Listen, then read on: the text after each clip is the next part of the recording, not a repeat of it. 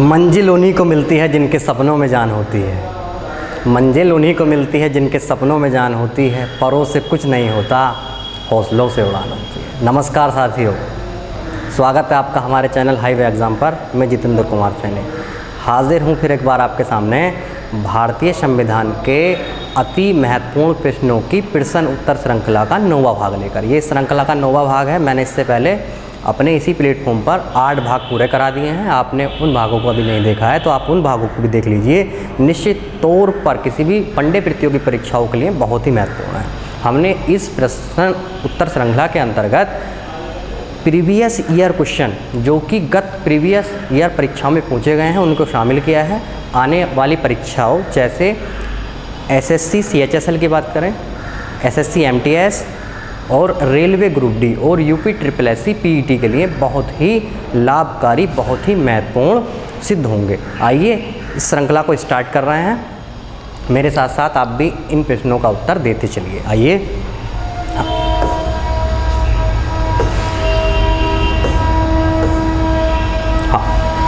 पहला question screen पर दिखाई दे रहा है। आप भी मेरे साथ साथ इन प्रश्नों का आंसर देते चलिए। राज्यपाल के विवेकाधिकार कहाँ पर सीमित हैं? बताइए, राज्यपाल के विवेकाधिकार कहाँ पर सीमित हैं? हाँ, कहाँ पर राज्यपाल की जो विवेकाधिकार हैं यानी कि उनके जो कर्तव्य हैं वहाँ उनको सीमित कर दिया गया है, कम कर दिया गया है। कहाँ पे लिमिटेशन है? बताइए। मुख्यमंत्री की नियुक्ति, मंत्रालय की बर्खास्तगी, विधानसभा को भंग करना, विधेयकों को स्वीकृति देना या विधेयकों को स्वीकृति देना। आंसर बताइए तेजी के साथ। हाँ, विधेयकों को स्वीकृति देना। क्या आंसर बन जाएगा? बताइए। विधेयकों को स्वीकृति देना। मुख्यमंत्री की नियुक्ति भी राज्यपाल करते हैं, विधानसभा को भंग भी कर सकते हैं, मंत्रालय की बर्खास्तगी भी कर सकते हैं, लेकिन विधेयकों की स्वीकृति देने के मामले में कुछ लिमिटेशन यानी कि कुछ पावर कम कर दी गई है राज्यपाल की। हाँ, कहाँ पर सीमित कर दिए गए? जैसे कि अगर किसी विधेयक को पुनर्विचार के लिए अगर भेजा जाता है तो वहाँ पर राज्यपाल की स्वीकृति देना, राज्यपाल को स्वीकृति देना आवश्यक हो जाता है। राज्यपाल को स्वीकृति देना आवश्यक हो जाता है। सरकारीय आयोग, हाँ, सरकारीय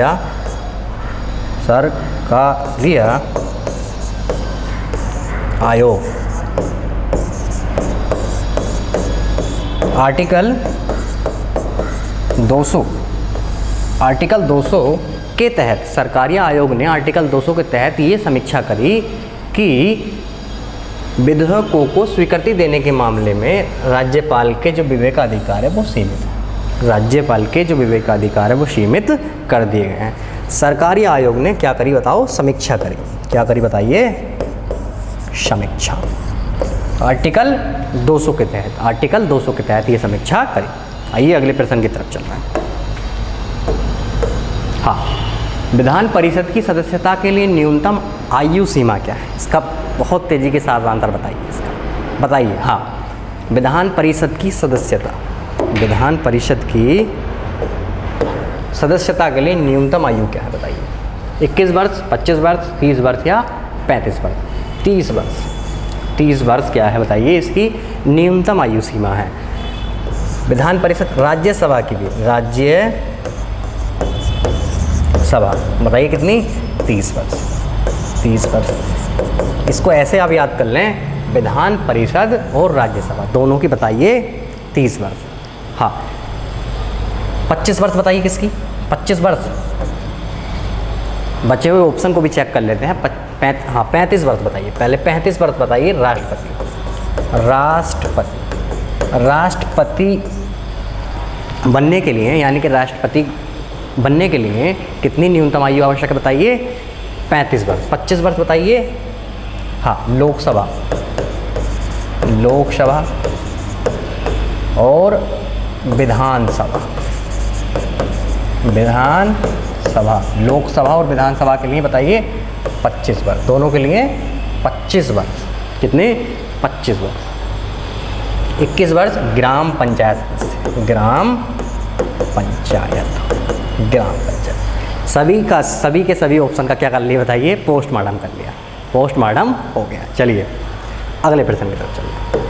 हाँ, निम्नलिखित में से किस दृष्टिकोण निम्नलिखित में से किस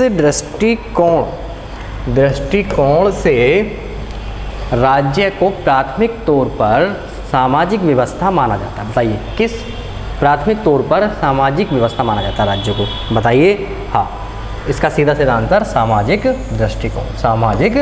दृष्टिकोण से। हाँ, सामाजिक दृष्टिकोण से राज्य को प्राथमिक तौर पर सामाजिक व्यवस्था माना जाता है। अगले प्रश्न की तरफ चल रहा है। हाँ, उत्तर प्रदेश की प्रथम महिला मुख्यमंत्री कौन थी? बताइए तेजी के साथ आंसर। उत्तर प्रदेश की प्रथम महिला मुख्यमंत्री कौन थी? एनी बेसेंट, सुश्री मायावती, विजय लक्ष्मी पंडित या सुचेता कृपलानी? बताइए, आप इसका आंसर बताइए मुझको तेजी से। क्या? सुचेता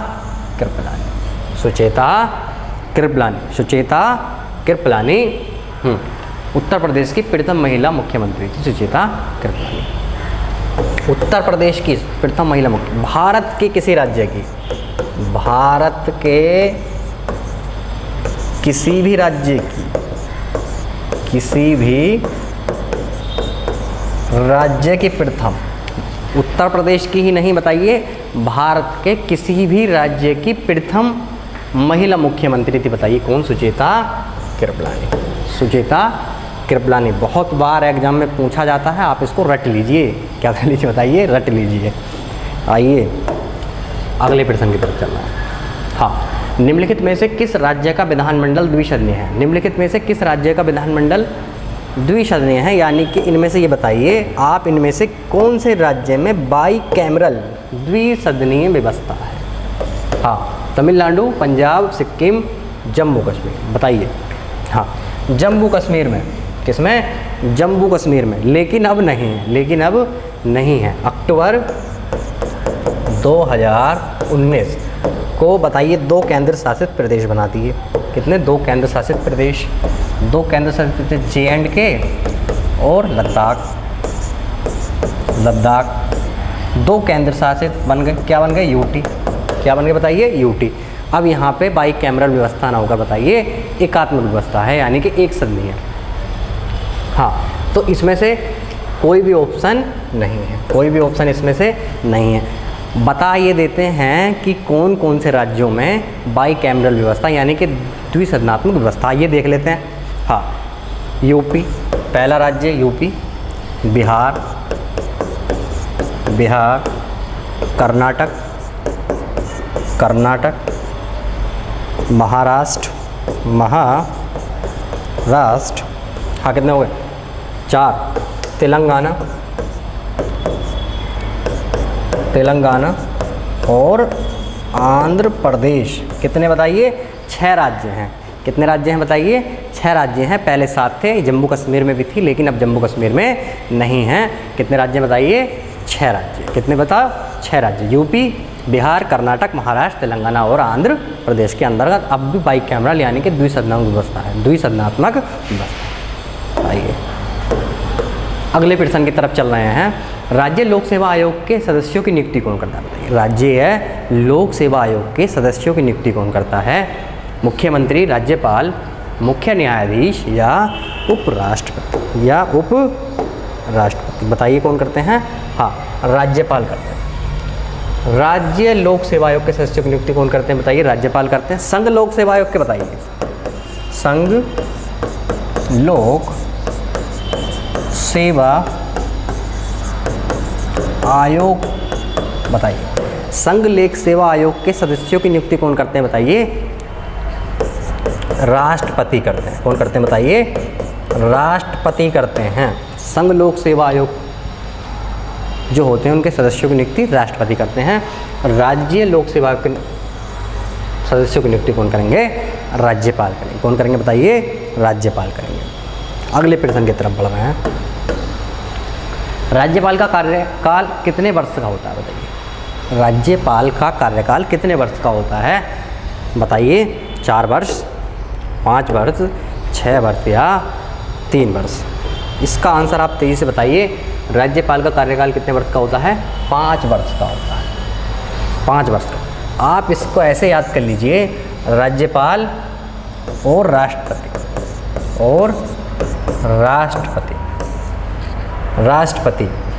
5 साल, 5 ईयर। राष्ट्रपति और राज्यपाल दोनों का कार्यकाल बताइए 5 साल का होता है। 6 वर्ष का बताइए किसका होता है? राज्यसभा के सदस्यों का, राज्यसभा के सदस्य कार्यकाल बताइए 6 वर्ष का होता है। कितना होता है बताइए? 6 वर्ष का होता है। अगले प्रश्न की तरफ चल रहे हैं। संसदीय प्रणाली वाली सरकार की अन्य संसदीय प्रणाली वाली सरकार को अन्य किस नाम से जाना जाता है? किस नाम से जाना जाता है? किस नाम से जाना जाता है?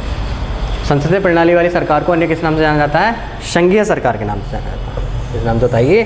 संघीय सरकार के नाम से जाना जाता है। हाँ, संघ की कार्यपालिका शक्ति किस में निहित होगी बताइए? संघ की कार्यपालिका शक्ति किस में? हाँ, राष्ट्रपति में निहित होगी, राष्ट्रपति में निहित होगी। एक प्रश्न आप मुझे बताइए कि नाम मात्र की बताइए, नाम मात्र की कार्यपालिका कौन है? नाम मात्र की कार्यपालिका, नाम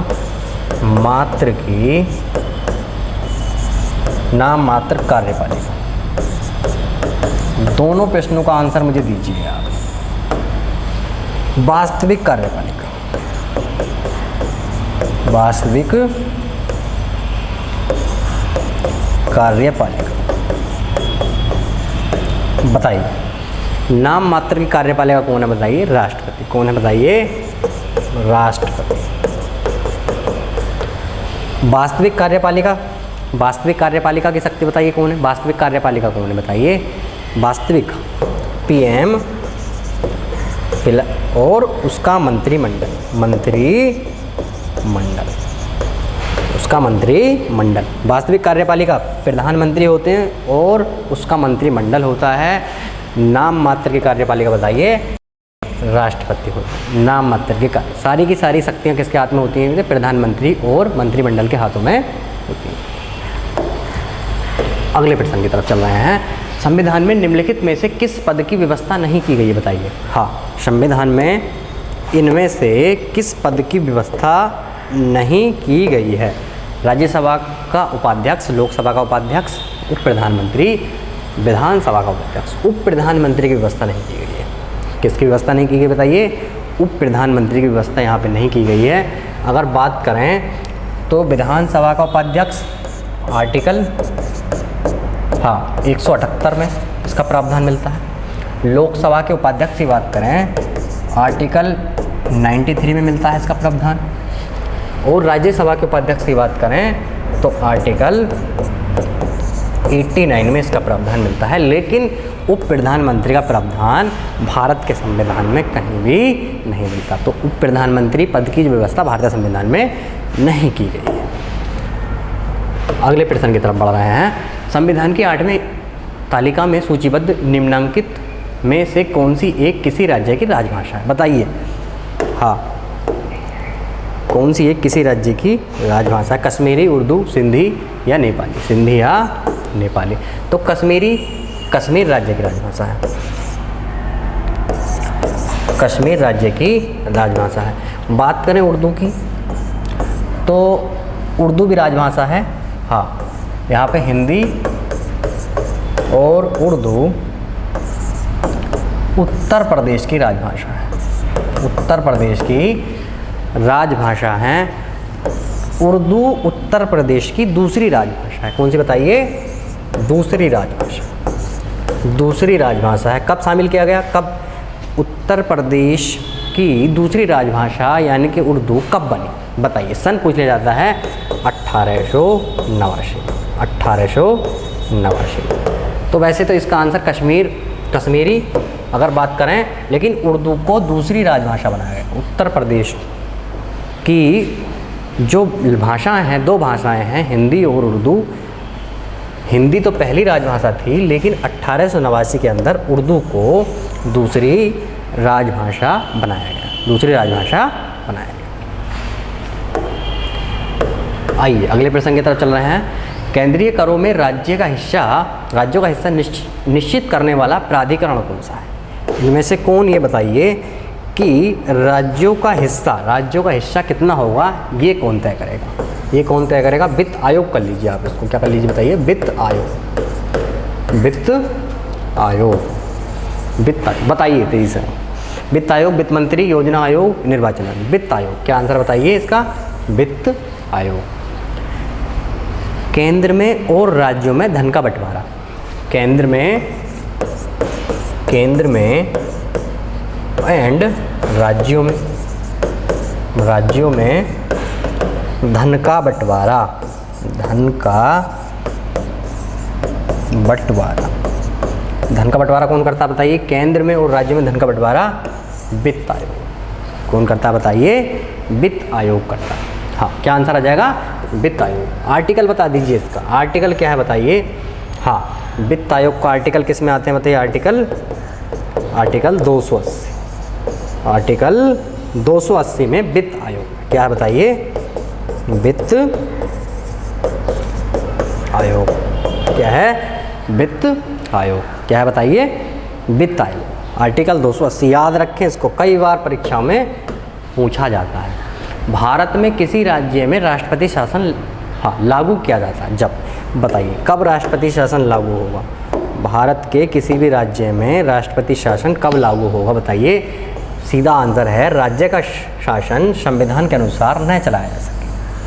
हाँ, जब राज्य का शासन संविधान के अनुसार न चलाया जा सके तो वहाँ के राज्यपाल बताइए किसको इन्फॉर्म करेंगे? राष्ट्रपति को इन्फॉर्म कर देंगे कि वहाँ का शासन है संविधान के अनुसार नहीं चलाया जा रहा है, तो राष्ट्रपति जी के यहाँ लगा सकते हैं बताइए? राष्ट्रपति शासन लगा सकते हैं। बताइए क्या लगा सकते हैं? राष्ट्रपति शासन लगाते हैं। आर्टिकल बताइए। हाँ, 356 के तहत। 356 याद रखें इसको, बहुत बार कई बार परीक्षा में पूछे जाने वाला प्रश्न कि आर्टिकल बताइए राष्ट्रपति शासन। आर्टिकल 356। 2 आपातकाल हो रहे हैं, उनकी भी ज़रा बात कर लें। राष्ट्रीय आपातकाल बताइए क्या? राष्ट्रीय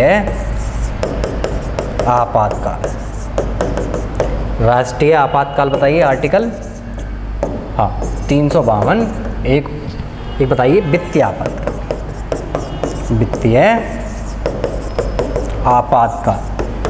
आपातकाल बताइए। आर्टिकल 360 जो कि अभी तक नहीं लगा है, जो कि अभी तक एक बार भी भारत में नहीं लगा है। याद कर लें, बहुत मोस्ट इम्पोर्टेंट क्वेश्चन, बहुत ही मोस्ट इम्पोर्टेंट क्वेश्चन है। आगे चलें। हाँ, भारतीय संविधान में अल्पसंख्यकों को मान्यता किस आधार पर दी गई है बताइए? भारतीय संविधान जो है उसमें अगर अल्पसंख्यकों की बात करें तो किस आधार पर ये जाना जाए कि ये अल्पसंख्यक हैं, यानी कि संख्या में कम है? किसे कहते हैं अल्पसंख्यक? जो संख्या में कम है, जिनकी संख्या कम है। हाँ, तो बताइए सीधा सा आंसर, कुल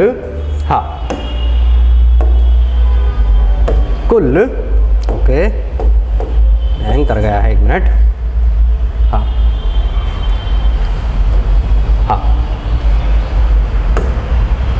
हाँ, आंसर बताइए। हाँ, कुल संख्या के साथ उस वर्ग की संख्या का अनुपात। कुल संख्या के साथ उस वर्ग की संख्या का अनुपात, इस आधार पर भारतीय संविधान में अल्पसंख्यकों को मान्यता प्राप्त हुई है। इसी आधार पर अल्पसंख्यकों को मान्यता दी गई है। अल्पसंख्यकों को मान्यता दी गई। आगे प्रश्न की तरफ चलते हैं। सरकारी आयोग की नियुक्ति किस प्रश्न की समीक्षा के लिए की गई थी बताइए? सरकारी आयोग जो बना था किस प्रश्न की समीक्षा के लिए बना था बताइए? हाँ, किसकी समीक्षा के लिए सरकारी आयोग बना था? केंद्र राज्य संबंध। केंद्र राज्य संबंध यानी कि केंद्र और राज्यों के विवादों को सुलझाना। विवादों को सुलझाना। हाँ, केंद्र और राज्यों के विवादों को सुलझाने के लिए किसकी सरकारी आयोग की नियुक्ति की जाती है? और केंद्र राज्य संबंध के लिए इसकी व्यवस्था की गई थी। केंद्र और राज्यों के विवादों को सुलझाने के लिए इसकी व्यवस्था की गई थी। किसी भारतीय राज्य में संवैधानिक आपात स्थिति की घोषणा का संसद द्वारा अनुमोदन किया जाना होता है। बताइए, अगर संवैधानिक आपात यानी कि राष्ट्रपति सीधा यहाँ पे बात की जा रही है कि राष्ट्रपति अगर शासन लग जाए तो राष्ट्रपति शासन लगने के बाद उसको संसद द्वारा कितने समय के भीतर अनुमोदन करना होगा। अगर अनुमोदन नहीं करेंगी संसद, अनुमोदन नहीं किया गया तो वह स्वतः ही समाप्त हो जाएगा। तो संसद को क्या करना होता है बताइए, अनुमोदन करना होता है। तो कितने समय के भीतर इसका अनुमोदन करना होता है? 2 महीनों के भीतर। कितने महीनों के भीतर? 2 महीनों के भीतर। लेकिन अब 2 महीने नहीं है। 42वां संविधान संशोधन 42वां नहीं है, 1 मिनट, हाँ 44वां संविधान संशोधन 44वां संविधान संशोधन 1978 द्वारा इसको क्या कर दिया गया बताइए? 1 महीने कर दिया गया। कितने महीने? 1 महीने में संसद द्वारा अनुमोदन, हाँ 1 महीने में संसद द्वारा अनुमोदन आवश्यक है। अनुमोदन आवश्यक, 1 महीने में संसद द्वारा अनुमोदन आवश्यक है। तो अब 2 महीने नहीं है बताइए। 44 संविधान संशोधन 1978 द्वारा इसको कितना कर दिया गया बताइए? 1 महीने कर दिया गया। तो 1 महीने के बाद 6 महीने के अंदर क्या होगा बताइए? अनुमोदन आवश्यक है। फिर 6 महीने करके 3 साल तक बढ़ाया जा सकता है। 3 साल तक, हाँ राष्ट्रपति शासन बताइए कितने? 3 साल तक। भारत में अवशिष्ट शक्तियाँ निहित बताइए। भारत में अवशिष्ट शक्तियाँ किस में निहित हैं? यहाँ पे बात की जा रही है कि भारत में अवशिष्ट शक्तियाँ किस में निहित हैं? केंद्रीय सरकार में अवशिष्ट शक्तियाँ, अवशिष्ट शक्तियाँ, अवशिष्ट बताइए ये किस में है? ये केंद्र और राज्य, इन दोनों में से किसी में भी नहीं है। इन दोनों में से किसी में भी नहीं है। बताइए किसी में नहीं है तो कौन करेगा इन पे काम? बताइए कौन विधि बनाएगा? केंद्रीय सरकार में। किस में होती है बताइए? केंद्रीय सरकार में। क्या आंसर हो जाएगा? केंद्रीय सरकार में। आगे चलिए, समवर्ती सूची में लिखे विषयों पर अधिनियम बनाने का अधिकार किसके पास होता है? बताइए। आपको ये बताना है कि समवर्ती सूची में जो विषय दिए गए हैं उन पर विधि बनाने का जो अधिकार है किसके पास है बताइए? तो समवर्ती सूची में राज्य और संघ दोनों ही इस पे क्या बना सकते हैं? विधि बना सकते हैं, कानून बना सकते हैं, राज्य और संघ क्षेत्र। लेकिन अगर राज्य और केंद्र के बीच अगर बताइए क्या हो गया? टकराव पैदा हो गया, किसी विधि को लेकर राज्य और केंद्र के बीच टकराव पैदा हो जाता है तो किसका प्रभावी माना जाएगा? किसका निर्णय प्रभावी माना जाएगा? जरा बताइए किसका निर्णय प्रभावी माना जाएगा? तो बताइए किसका? केंद्र का। हाँ, केंद्र का निर्णय प्रभावी माना जाएगा। केंद्र का निर्णय बताइए प्रभावी माना जाएगा। केंद्र का निर्णय यहाँ पे प्रभावी माना जाएगा। लेकिन विधि बनाने का अधिकार किसको है? राज्य और संघ शासित दोनों को, हाँ संघ क्षेत्र दोनों को है। आगे प्रश्न की तरफ चल रहे हैं। निम्न सूचियों में से किसके अंतर्गत शिक्षा आती है? बताइए निम्न में से किसके अंतर्गत शिक्षा आती है? हाँ किसके अंतर्गत शिक्षा आती है? शिक्षा समवर्ती सूची में आती है। बताइए समवर्ती सूची में आती है। पहले ये समवर्ती सूची में नहीं थी। पहले किसका विषय था? राज्य सूची का विषय था। बताइए किसका विषय था? राज्य सूची का विषय था। इसको 42 में संविधान संशोधन 1976 द्वारा किस में डाल दिया गया? तो बताइए समवर्ती सूची में डाल दिया गया। समवर्ती सूची में इसको डाल दिया गया। 42 में संविधान संशोधन 1976 द्वारा किस में पहुंचा दिया? बताइए समवर्ती सूची में डाल दिया गया। इस पर अब केंद्र सरकार और राज्य सरकार दोनों विधि बना सकते हैं, दोनों ही कानून इस पर बना सकते हैं। अगले प्रश्न की तरफ चल रहे हैं। संविधान की 8वीं अनुसूची में निम्नलिखित भाषाओं में से कौन सी विनिर्दिष्ट नहीं है? बताओ, विनिर्दिष्ट नहीं है। इनमें से कौन सी भाषा, इनमें से जो दिखाई दे रही हैं इनमें से कौन सी भाषा संविधान की 22 भाषाएं हैं? हाँ संविधान की 8वीं अनुसूची में 22 भाषाएं हैं। कौन सी भाषा इनमें से नहीं है? कश्मीरी भी है, सिंधी भी है, संस्कृत भी है, डोगरी भी। इसमें सभी के सभी ऑप्शन सही हैं। इस प्रश्न के सभी ऑप्शन सही हैं। कश्मीरी भी भाषा है, 22 भाषाओं में शामिल है। कितनी भाषाएं बताइए? 22 भाषा। बताइए। हाँ, 22 भाषा, 22 भाषा। 8वीं अनुसूची, 8वीं अनुसूची बताइए, 8वीं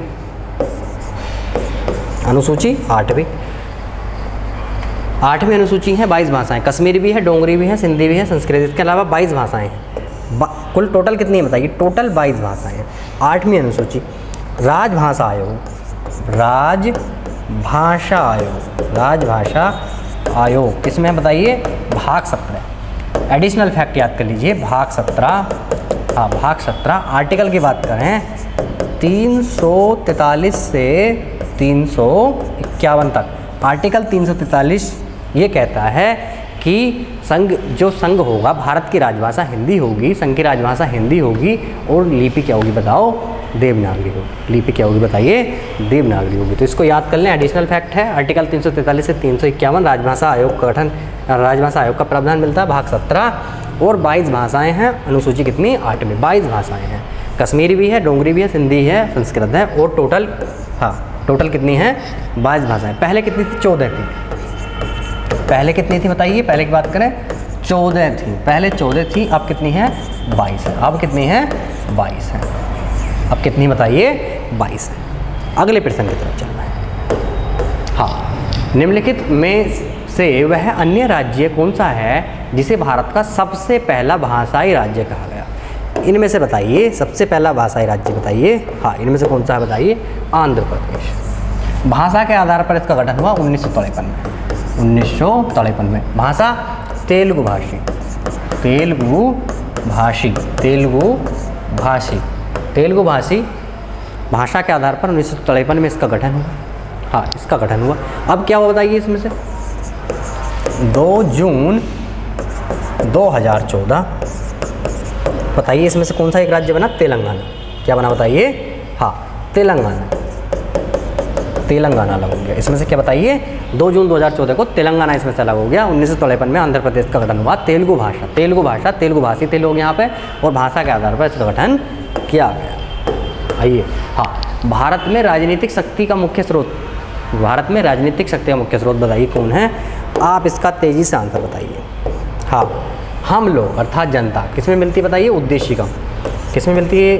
हाँ, किसमें मिलता है देखने को? उद्देशिका, उद्देशिका या प्रस्तावना, या प्रस्तावना, या प्रस्तावना में हमें यह देखने को मिलता है कि हम भारत के लोग संविधान को, हाँ, स्थिति को आत्मर्पित करते हैं। तो ये क्या है बताइए? उद्देशिका है, प्रस्तावना है, प्रेम्बल है। क्या है? प्रेम्बल है। हम भारत के लोग अर्थात जनता। हाँ, ये ही जो है राजनीतिक शक्ति का मुख्य स्रोत है। हम भारत के लोग अर्थात जनता, अर्थात जनता। अगले प्रश्न की तरफ बढ़ रहे हैं। निम्न में से किस भारतीय राज्य की राजभाषा अंग्रेजी? बताइए इनमें से 4 ऑप्शन यहाँ पे दिए गए हैं। इनमें से कौन से राज्य की राजभाषा अंग्रेजी है? नागालैंड की जो राजभाषा है वो बताइए क्या है? अंग्रेजी। क्या है बताइए? अंग्रेजी। इन 5वें ऑप्शन की बात करें, इनमें कौन सी भाषा है बताइए? असम में असमिया, कौन सी? असमिया। असम में असमिया।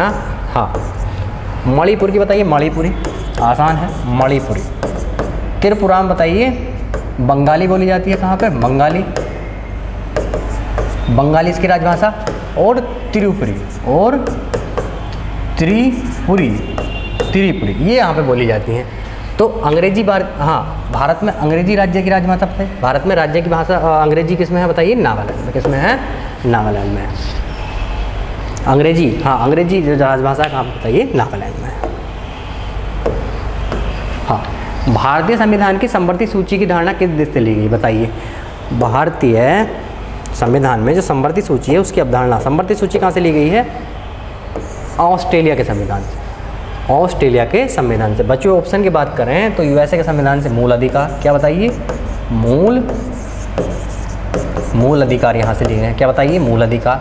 यूएसए की बात, यानी कि कनाडा की बात करें तो संघात्मक व्यवस्था, संघात्मक व्यवस्था, संघात्मक व्यवस्था यहाँ से ली गई है।